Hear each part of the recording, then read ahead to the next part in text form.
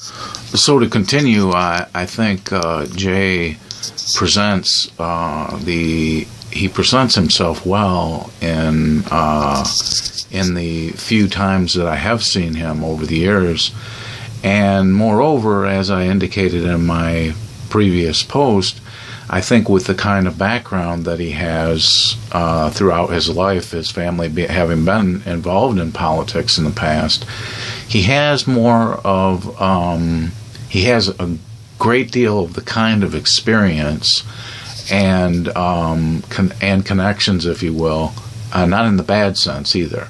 The connections, if you will, and the ability to formulate, broad views on policy and what can make the country better in the upcoming years, so that he has a kind of chance of capturing a sense among the people of the country's founding being kind of renewed, as it was during the Lincoln presidency, and as in a sense it was in the hearts and minds of people during the Kennedy presidency.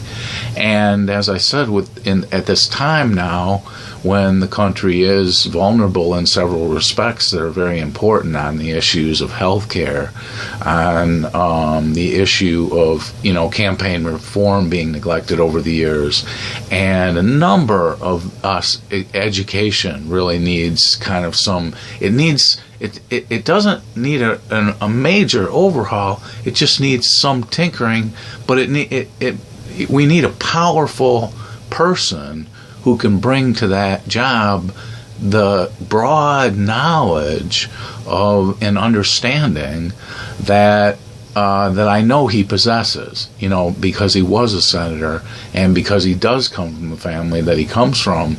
He would have a greater probability of success at those aspects in the upcoming years, and I think he would make a very good president for these reasons. And therefore, I am not being insincere, and I am not being a flatterer of somebody I think would just get the job because he's wealthy. That's not really what I'm saying. I'm saying something different than that. I'm saying even if he were not wealthy, that he'd be his profile would be a very good profile for a candidate for presidency. His wealth would be a kind of depending on which campaign issues he selected. I think if he decided to take a stand on educational reform in the United States, if he decided to take a stand on the reform to some degree of funding in politics, and if he worked on issues of the pharmaceutical industry and medical care, that he could really have a very commanding and successful presidency. And so I think that he would be a very good candidate for these reasons, even though he might consider himself to be beyond the age of someone who's electable. I don't think that would actually be a problem for him. And he had a brother, Nelson Rockefeller, who wanted to run in the 60s, and I don't know if he has ever in his mind considered running for the presidency. But I think that he would be a very good president, and that's my personal view, and I try to assess things objectively. And this is my own honest opinion about this matter. And as I was speaking about his ability to communicate, when during the Reagan presidency we ended up calling Ronald Reagan the great communicator. But communication is more than just being able to deliver almost, those kinds of speeches that Reagan would give that really made people feel patriotic and unified. But in Jay's case, it's his listening, his ability to listen, and his ability to communicate very effectively and to present a kind of, what word would I give it? A kind of august. He has an august presence when he presents himself. And so I think that this aspect of him would become very fundamental in his probability of success.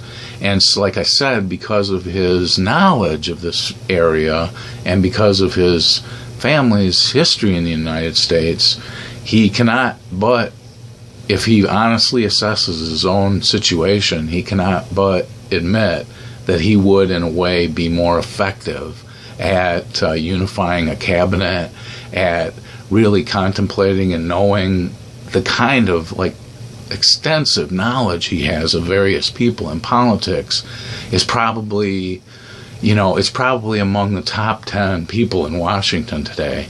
And so to bring that kind of experience to bear on that office at this time in our history could, in the hearts and minds of Americans, really make them feel like the country is returning in a way to its founding, and in a way invigorate them and make them not necessarily more active, because American people really, they defer to their leaders. It's a Republican form of government, so people defer to their leaders. They know they don't have the expertise that it requires today to conduct political matters. And so it really takes a kind of individual like this to enter the scene and to really bring forward a kind of dream team, if you will, of people that really will work on policy issues like that. Maybe on, for example, strengthening the level of coordination between universities' knowledge and educational reform. See, if he were to select from the Senate and the Congress the right people for a committee of educational reform, it would be powerful, and it would convey a powerful impression to Americans about the leaders, and that the leaders are actually answering to what they've desired for so many years. And so this is the reason I give this honest assessment of him and of what he might bring to that office. And this is why I say it.